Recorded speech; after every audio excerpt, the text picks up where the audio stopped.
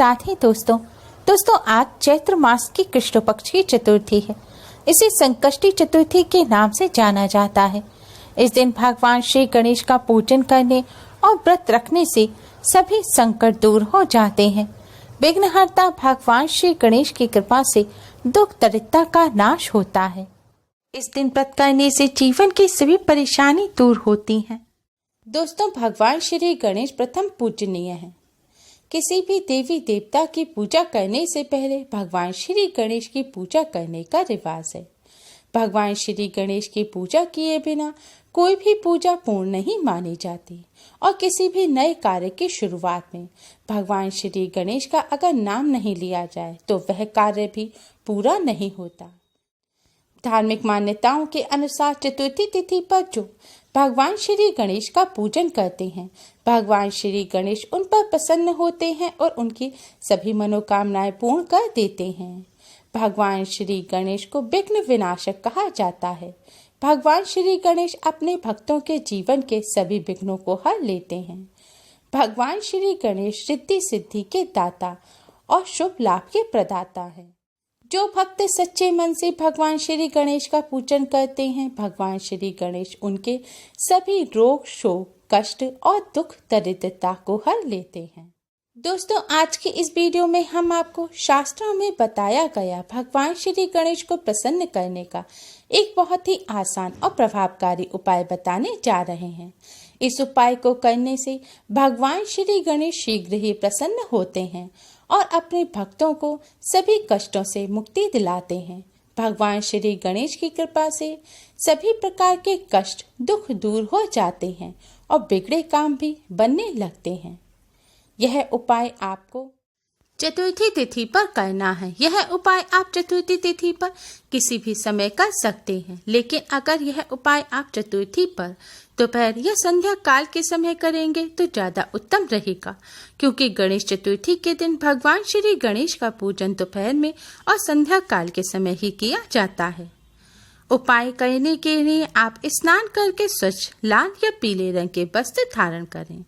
ध्यान रखें, काले रंग के वस्त्र भूलकर भी ना पहने, क्योंकि काले रंग के वस्त्र भगवान श्री गणेश के पूजन में पहनना अशुभ माना जाता है। अब आप एक पात्र में थोड़े से पवित्र चावल लें। पवित्र चावल यानी कि साबुत चावल, जिन्हें अक्षत भी कहा जाता है। साबुत चावल पवित्र माने जाते हैं और टूटे हुए चावल अशुद्ध माने जाते हैं, और भगवान श्री गणेश के पूजन में टूटे हुए चावल इस्तेमाल नहीं किए जाते। मान्यता है कि अगर भगवान श्री गणेश को जो व्यक्ति टूटे हुए चावल अर्पित करता है, भगवान श्री गणेश उसकी पूजा को स्वीकार नहीं करते। इसलिए आप चावलों को ध्यान से बीनकर साफ कर लें और साबुत चावल ही लें। अब थोड़े से चावल आप लेकर इन्हें पानी से धोकर साफ कर लें। अब चावलों को आप मंदिर में रखकर भगवान श्री गणेश के सामने आसन बिछाकर बैठ जाएं। इसके बाद भगवान श्री गणेश के सामने एक शुद्ध घी का दिया जलाएं और एक सुगंधित धूप बत्ती जलाएं। ध्यान रखें, आप दीपक को किसी बर्तन में रखें या फिर उसके नीचे कपड़ा बिछा लें या फिर थोड़े से चावल रख दें। सीधा दीपक जमीन पर ना रखें, क्योंकि जमीन पर रखा हुआ दीपक अपूर्ण माना जाता है। अब भगवान श्री गणेश को सिंदूर से तिलक करें। सिंदूर की लाली भगवान श्री गणेश को बहुत पसंद है। भगवान श्री गणेश की प्रसन्नता के लिए भगवान श्री गणेश को सिंदूर से तिलक करें। इसके बाद अपने भी सिंदूर से तिलक करें। ऐसा करने से भगवान श्री गणेश की कृपा प्राप्त होती है और आर्थिक क्षेत्र में चली आ रही परेशानियां दूर होती हैं, धन का लाभ होता है। अब आप भगवान श्री गणेश को मोदक या लड्डू का भोग लगाएं। मोदक और लड्डू भगवान श्री गणेश को बहुत प्रिय हैं। अगर यह ना हो तो आप किसी भी मिष्ठान का या फिर गुड़ या शक्कर का भोग लगा सकते हैं, लेकिन ध्यान रखें आपको मीठी चीज का ही भोग लगाना है। और आपने भगवान विष्णु को पहले से किसी चीज का भोग लगा रखा है तो उस प्लेट में आप भगवान श्री गणेश का भोग ना रखें, क्योंकि भगवान श्री गणेश के भोग में तुलसी जी नहीं रखी जाती। ऐसे भोग को भगवान श्री गणेश स्वीकार नहीं करते। भगवान श्री गणेश को भोग लगाने के बाद आप थोड़ी सी पिसी हुई साफ हल्दी लें और उसे आप गीले चावलों में मिला लें। चावलों को पीले रंग का कर दें, क्योंकि भगवान श्री गणेश की पूजा में सफेद रंग के चावल इस्तेमाल नहीं किए जाते। हल्दी मिलाने के बाद आप थोड़े से चावल अपने राइट यानी कि दाहिने हाथ में लें। अब भगवान श्री गणेश के सामने एक खाली पात्र रखें और इस मंत्र का जाप करते हुए आप चावलों को भगवान श्री गणेश के सामने रखे खाली पात्र में चढ़ा दें। मंत्र है इदम अक्षतम ओम गण गणपते नमः। मंत्र है इदम अक्षतम ओम गण गणपते नमः। इस मंत्र का एक बार जाप करते हुए आपको यह चावल भगवान श्री गणेश के सामने रखे पात्र में चढ़ाना है, यानी कि भगवान श्री गणेश को चावल अर्पित करने हैं। फिर आप दूसरी बार अपने हाथ में चावल लें। फिर से इदम अक्षतम ओम गण गणपते नमः मंत्र का जाप करते हुए आप भगवान श्री गणेश को चावल अर्पित करें। इस तरह से आपको 3 बार भगवान श्री गणेश को चावल अर्पित करने हैं। भगवान श्री गणेश को चावल अर्पित करने के बाद आप भगवान श्री गणेश के इस मंत्र का 108 बार जाप करें। मंत्र है ओम श्री गणेशाय नमः। मंत्र है ओम श्री गणेशाय नमः। मंत्र का जाप करने के बाद आप भगवान श्री गणेश की आरती करें। इसके बाद आप हाथ जोड़कर भगवान श्री गणेश से अपनी सभी विघ्न बाधाओं को दूर करने की प्रार्थना करें, सभी कष्टों को दूर करने की प्रार्थना करें।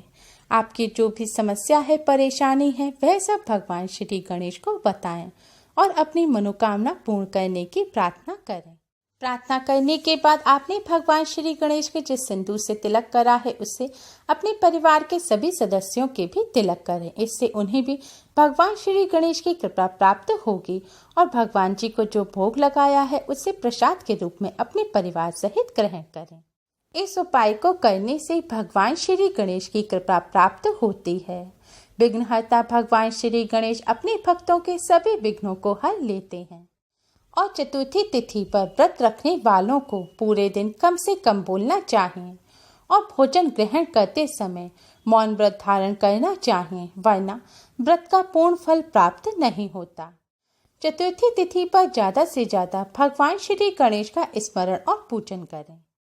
यह उपाय आपको हर चतुर्थी पर करना चाहिए। इस उपाय को करने से भगवान श्री गणेश की कृपा हमेशा बनी रहती है। आपने भगवान श्री गणेश को जो चावल अर्पित करे हैं उन्हें चतुर्थी के दिन और रात में मंदिर में भगवान जी के सामने ऐसे ही रखा रहने दें। दूसरे दिन सुबह उठकर स्नान आदि करने के बाद आप इन चावलों को पक्षियों को डाल दें।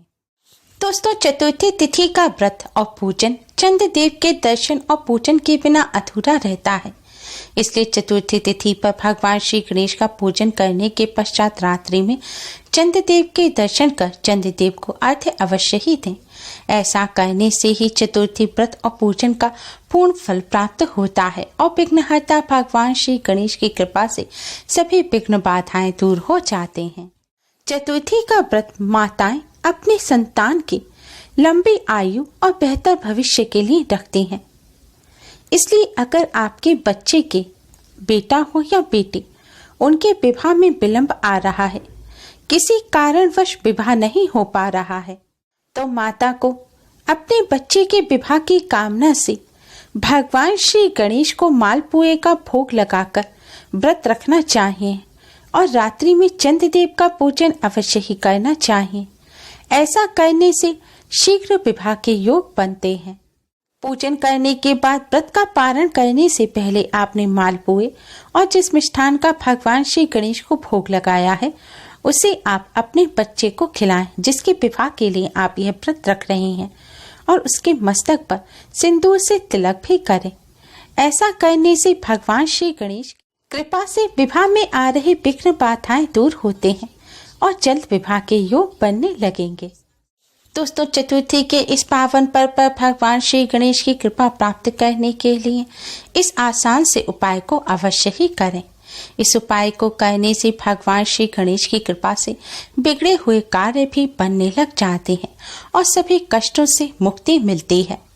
उम्मीद है आपको हमारी ये वीडियो पसंद आई होगी। प्लीज लाइक करें, हमारी इस वीडियो को अपने फ्रेंड्स और रिश्तेदारों में ज़्यादा से ज़्यादा शेयर करें, जिससे वह भी इसका लाभ उठा सकें। हमारी और भी वीडियोस के लिए हमारे चैनल को सब्सक्राइब करना ना भूलें। Thanks for watching. Radhe Radhe.